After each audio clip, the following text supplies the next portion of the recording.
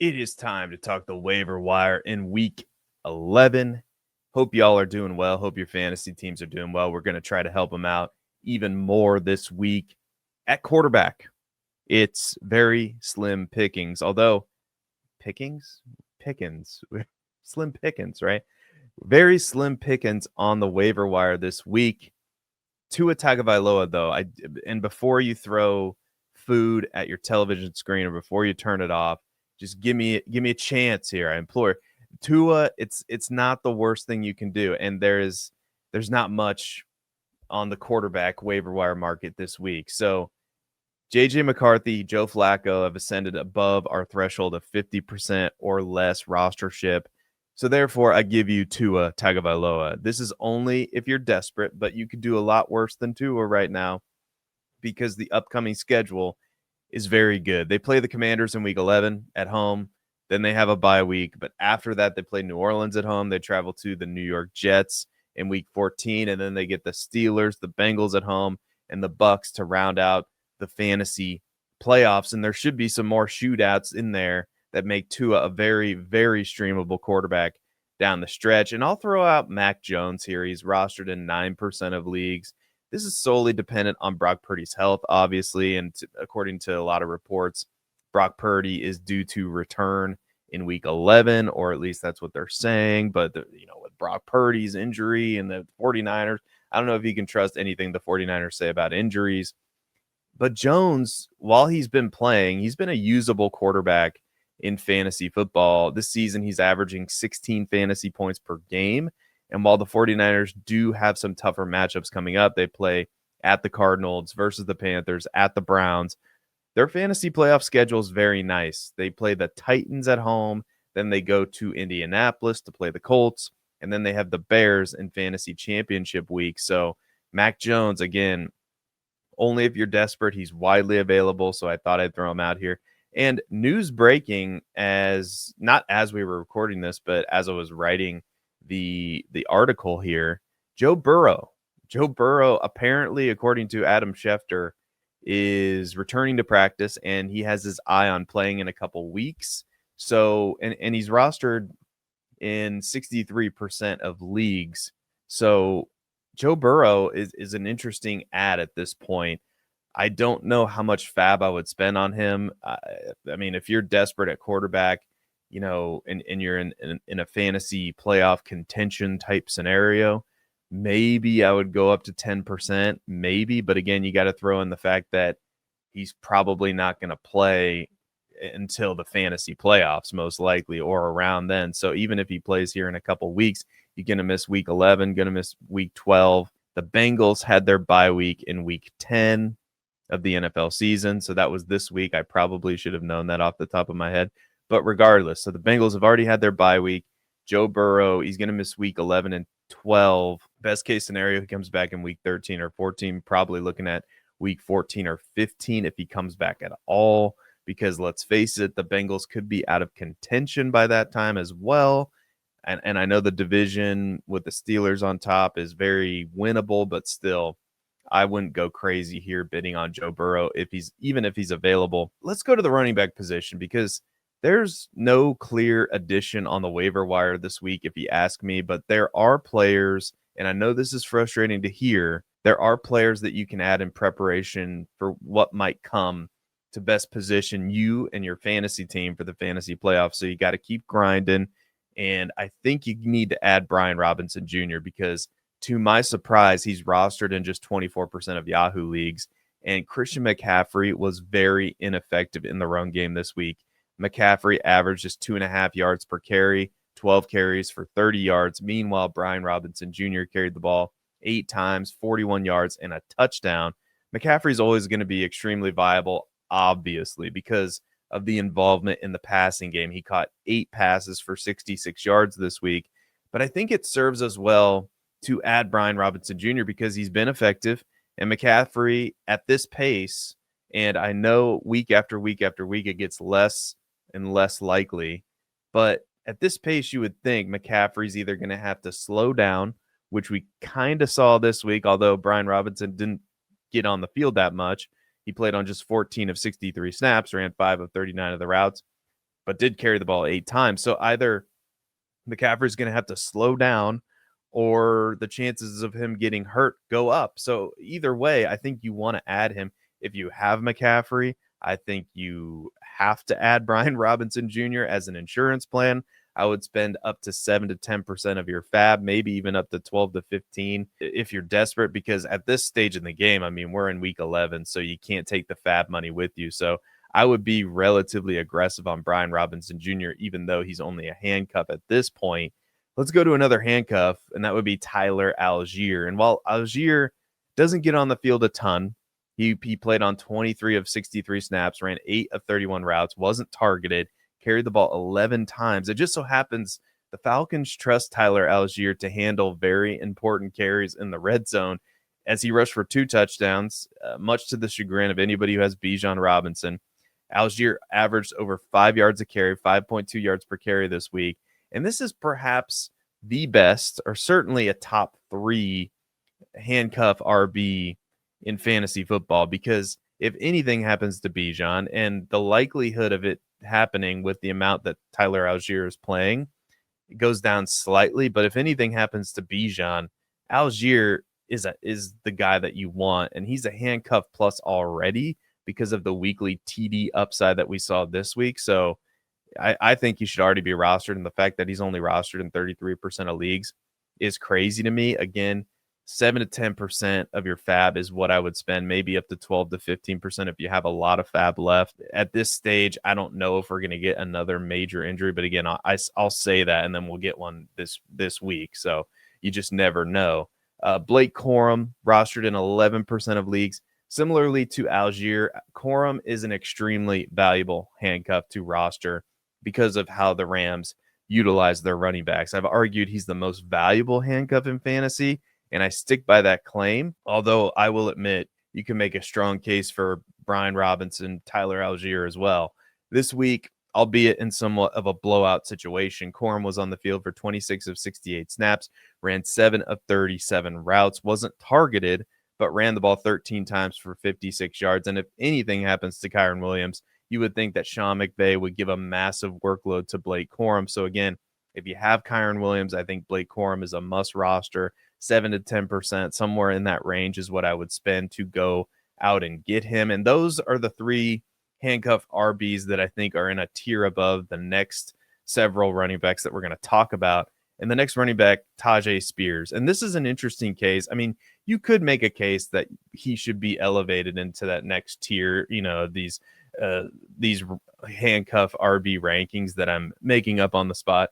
But he's an interesting case because the Titans keep going back and forth between Tony Pollard, Tajay Spears as to who's on the field the most. It's really a 50-50 split at this point.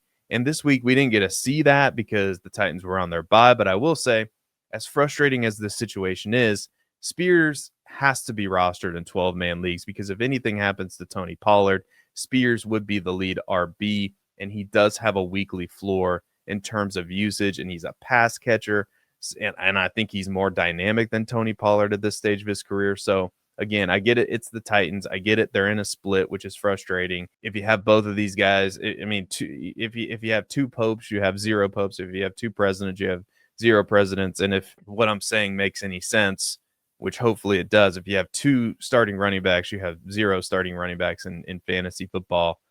That made no sense. But anyway, I wouldn't spend more than, 5 to 7% at this stage on Tajay Spears, maybe up to 10% if you're desperate, but that's about all I would spend. Devin Singletary. I'm not a huge fan of Devin Singletary, to be honest, but I wouldn't be serving you well, doing my job, if I didn't point out the fact that he was on the field for 24 of 74 snaps, ran 8 of 43 routes this week, was targeted 3 times, carried the ball 8 times. We know Brian Daboll's now fired, so we have an interim head coach stepping in. He is the immediate handcuff if anything happens to Tyrone Tracy, and he's probably going to be annoying enough to prevent Tracy from being anything more than a low-end RB2, high-end RB3 for the rest of the season. So the fact that he's rostered in just 25% of leagues, I think that number should go up, and I think he's worth a bit of, 3 to 5%, maybe 1 to 3% if you have the roster space.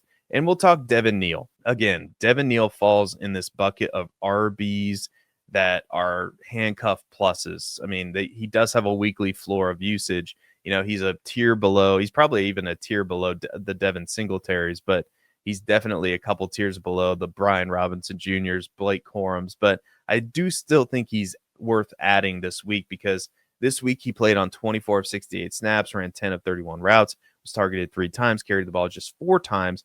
Alvin Kamara carried the ball 22 times this week and was a little bit banged up. So this usage is likely not sustainable going forward for Alvin Kamara. Therefore, Neal is someone to consider stashing because that's what he is.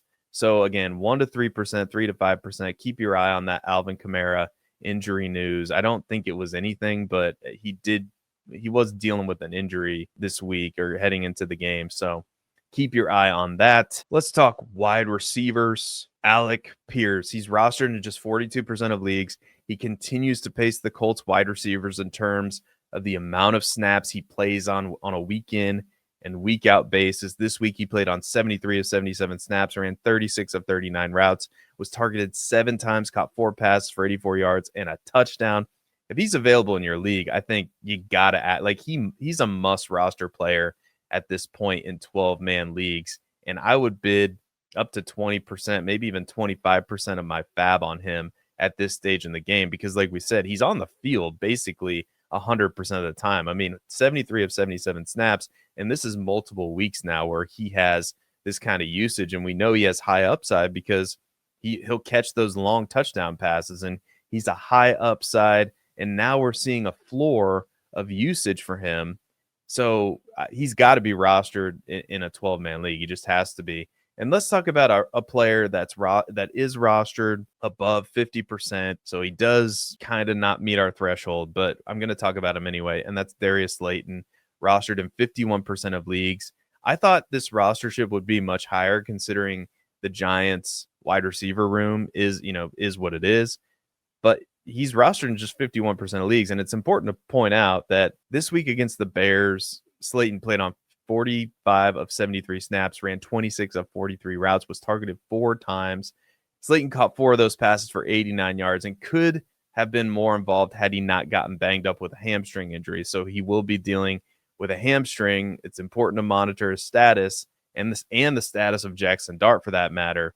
But if anyone drops Slayton because of this, or if he's available in your league, I think he's a must-add player because he's going to be involved in this offense, especially if Jackson Dart, only misses a week, or if he plays the next week. I think that Darius Slayton is a really good player to add. And I'm going to throw out Brandon Ayuk. Brandon Ayuk is rostered in just 38% of leagues. And I'll admit, I'm not sure what we're going to get in terms of Brandon Ayuk this year. I'm not sure what we're going to get from him, but the time is coming where he might be available for the 49ers. He's a perfect IR stash if he's available. And if you don't have an IR spot, it's probably not a good idea to add him. He is only a stash at this point, and you may not get anything from him this season. But if you have the roster space, it's an interesting addition that you could make. And again, he's rostered in just 38% of leagues. Jaden Higgins, rostered in 14% of leagues.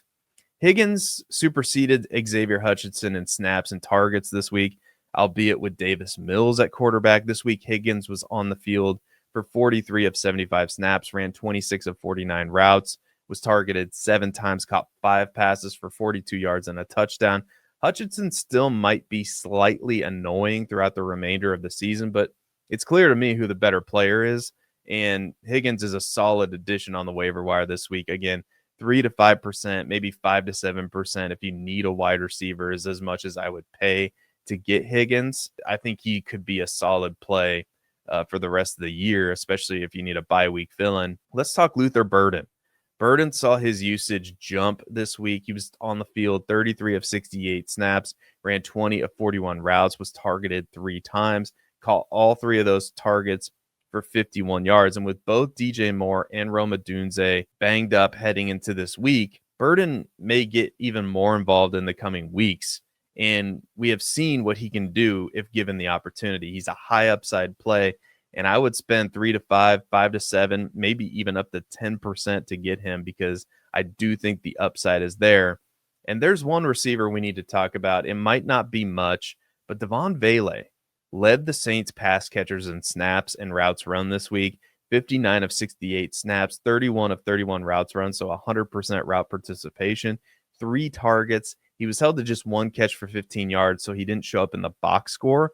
But with this usage, bigger days could be ahead, even in an inefficient offense like the Saints. I wouldn't spend more than 1% of your fab on him, though.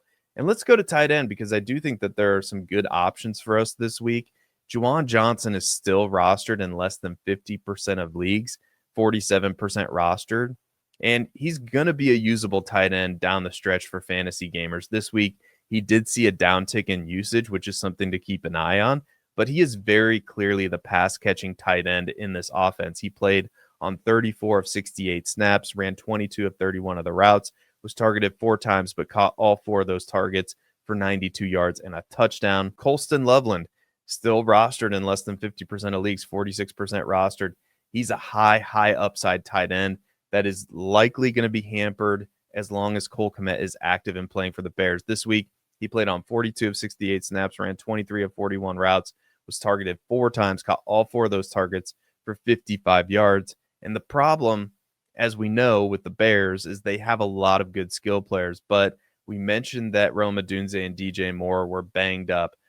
The aforementioned Cole Kmet's been banged up, and it looks like Loveland is overtaking Cole Kmet regardless of the injury. But still, if injuries pop up here, Colston Loveland could find himself in a very, very, very nice situation going forward and down the stretch. And Dalton Schultz, rostered in 34% of leagues. He's another usable tight end that's widely available on the waiver wire. He's on the field a lot. He's heavily involved in the offense most weeks. This week, he was on the field 58 of 75 snaps, ran 40 of 49 possible routes, was targeted 11 times, caught 7 of those targets for 53 yards and a touchdown.